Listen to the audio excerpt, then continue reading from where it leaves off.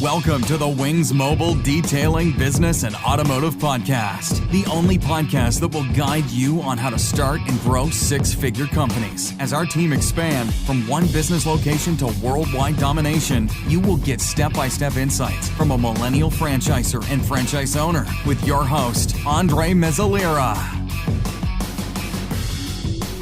Hello everyone, this is Andre Mezzalira, and this is my first interview-style podcast that I'm going to be interviewed by Jimbo from the Auto Detailing Podcast.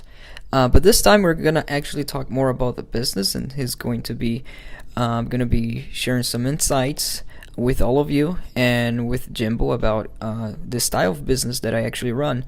So this is going to be a really great interview from him. It's short, a 10-minute interview. And here's Jimbo, and he's going to introduce us. Hey, what's up, everyone? Welcome to this episode of the Auto Detailing Podcast. Super excited for this jam-packed episode. We're going to be talking about business tips, business growth hacks to make detailers more successful. And with us today, we have Andre with Wings Mobile Detailing in Richmond, Virginia. And Andre has a last name that I didn't want to butcher. So, Andre, welcome to the Auto Detailing Podcast. Thank you, Jimbo. Thanks for having me here, man. Of course. And how can you pronounce your last name for everyone? I would say Mezzalira. See, the problem is my tongue doesn't do that. So, yeah, sorry. Yeah, in Italian way, I think they would more say Mezzalira, but here they spell Mezzalira. Well, I can't even say it at all, and I didn't want to embarrass myself, so I apologize for that. But anyway, you run Wings Mobile Detailing in Richmond, Virginia, and you have some very creative, kind of unique business kind of hacks and growth, and I love bringing on guys like you to the podcast to share that with everyone because everyone has a different flavor, and everyone has a different way that they want to run their business, and different parts of the country and different parts of the world, things work differently. So my kind of feeling is the more ideas I can throw out there, the more people that are listening can kind of pick and choose what they want to try and implement, and what things may work or not work kind of in their neck of the woods. So, but why detailing? How'd you get into detailing? Kind of give us your origin story. Where did it all start for you? How did it start? All that stuff. Awesome, Jimbo. Yeah. So, man, if people ask me about that, and they usually ask me if I love cars, do you love dealing with cars and being around? Are you a car enthusiast? That's not me, honestly, man. Although I love the business, I love how this particular business in this industry is. There's a lot of things that apply to any type of business, but mainly this one, the work itself is exciting. It's more of in a happy industry. People call because they want their car to look good, and they are satisfied with the service. Our employees, they're also super happy. So overall, it's a really good, stable, and happy business, I would say. Okay. But when I started detailing, man, the main thing, what I wanted, I definitely didn't want to be in the corporate world. So the main thing that I really did want to be is to grow a business, but I was thinking mainly mobile. That's the one thing. I wanted something that would go to people's homes so they can come to us, but mainly, we can take advantage of that, inconvenience for people and can go over there and do their cars over their place. And my vision was to have a fleet of vans that would go in and out, and I'll manage a fleet of vans. And then with time, it popped in my head, auto detailing. I didn't know a thing about detailing. I washed my dad's car when I was 8 years old with steel wool, so that was really bad. Oh, man. But I learned a lot, Sure, I don't do that anymore. So what was your background then, or where were you working, and how did you find out about detailing? Was it like, were you working a corporate job and then you had like a detailer that was working in the parking lot and you saw it as an opportunity? Because you're right. Like, I think and I'm glad to kind of stretch our detailer minds that not everyone enters this field because of passion. Though the vast majority of detailers get started and it's kind of interesting because the vast majority of people who run a detailing business do it because they're super passionate about it. And one thing that I've found out that happens, and I'm that way. I love cleaning cars, right? I'm not a huge car guy per se, but I do enjoy detailing cars, right? But I realized, and what I found out, we're talking hundreds of detailers, probably thousands now, is that sometimes passion gets in the way, right? And a passion for cleaning cars or a passion for cars in general gets in the way of these detailers from running a successful business.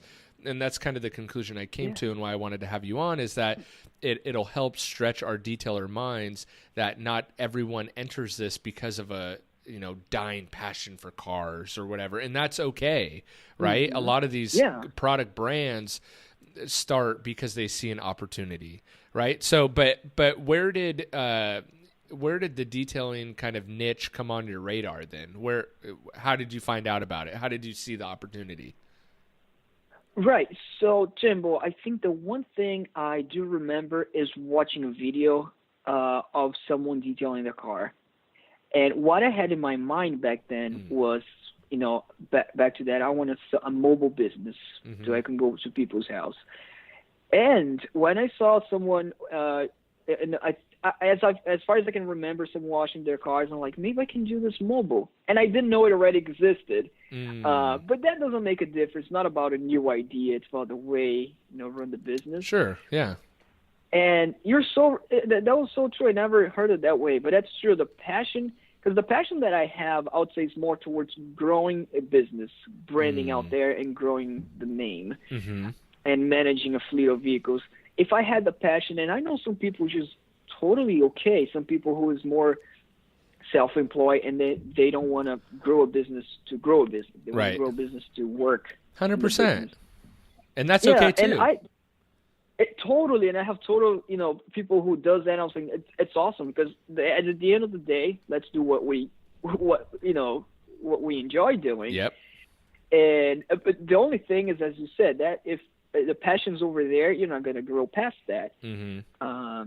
If my passion were to say, let's say, I just want to have 2 vans on the road, I can have 3 vans.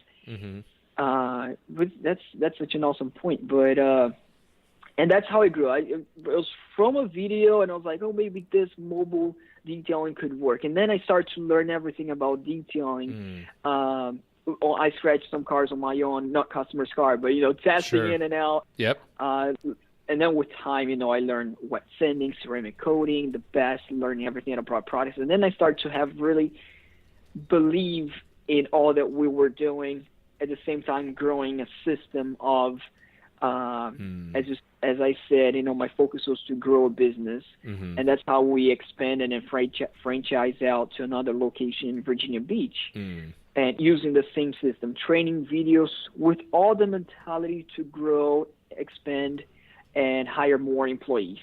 So everything in an easy way. We're going to hire employees. Here's the training video, contracts, already CRM systems, all taken towards, the mindset of expanding the business. Sure. So much more of a done for, kind of paving the way and creating a done for you method. Therefore, someone who is entering the detailing business for whatever reason they want to, they can kind of shortcut that learning curve, right? Because those are, big stumbling blocks that people have, is that, they don't know how to hire. They don't know where to start. They don't know what to do, Yes. And so, yeah, that's very cool. So how long has it been from like idea to kind of start it? And then you currently have one franchisee, I guess, right? And that's kind of how we got connected. Is that person is a fan of the show. So how did it begin? So I started here in Richmond 5 years ago. And you started by actually doing it, right? You were detailing. Even though you didn't have a passion for it, you actually were detailing. Yes. No, I learned everything about detailing. It started literally, so this is how it happened. I was, during this time, I was going to college, more towards peer pressure that I was going to college. but that was for me, college, for me personally, it's a really great sleep place. You know, if you're going to sleep, for me, it's the perfect place to be. You know what's weird about that is I used to, when I didn't go to a university, I just went to a community college. But I actually recently, sorry, this is going to be kind of a tangent, but I recently thought all my good ideas happened in the classroom, in a college class. And I thought, man, maybe I should try this. Maybe I should just go sit in on some classes to see if just being in that setting kind of gets my like juices flowing, because I was so bored with what they were talking about that my idea generation I would sketch a lot in class and come up with a lot of ideas, and it's weird. I actually thought about going back to college and just sitting in some classes to just as a simple exercise for idea generation. I have a place that I am too that gets me in that mood, Jimbo, is when I'm out there in the field doing the detailing, which that was part of my mistake of eventually, leaving the front line, because the business is now at a point where I don't necessarily need to be there. Gotcha. It's more worth to not be there in the front line and manage the team with the supervisors that's in place. But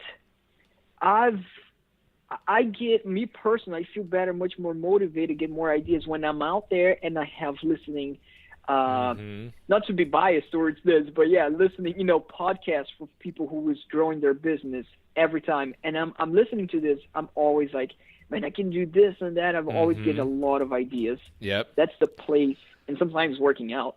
Yep. Which is interesting. Yep. That's kind of something that I struggle with currently right now too, is that, and why I kind of made a vow to myself, I'll never stop going and doing customers' cars, because I'm worried about losing that touch, with the client, or keeping your ear to the ground. The hard part, like you said, is it becomes not worth it to go do a car, right? Or to be your time is more valuable spent doing other things, which is a good problem to have. It just is. It's a difficult decision to make. It is. And Jimbo, that's actually the problem. That if anybody has an answer for that, that's the problem that I'm having right now, because it makes sense for the business growth for me not to be there, because there's so much things to do, as you know. But for me personally, it's if I go out and come back in the afternoon, I'm killing it. I'm going to do everything, and no procrastination in my mind. I did commit a mistake, though, in the business of leaving the front line, which is being out there a bit too early, and that's when I had forcefully to go back. So what happened? Talk about that. Let's talk about, because I want to talk about the good and the bad, right? Because we learn from, I think we learn even more from our mistakes as we do from our wins, right? So, but what, so you start out, you have this idea for detailing, and then you kind of have this big vision for it, and then you start actually going out there and detailing cars and actually doing it, and your plan starts to come to fruition, right? But what as you started to grow, what were some of the first initial pain points or issues, I guess, that you started to run into?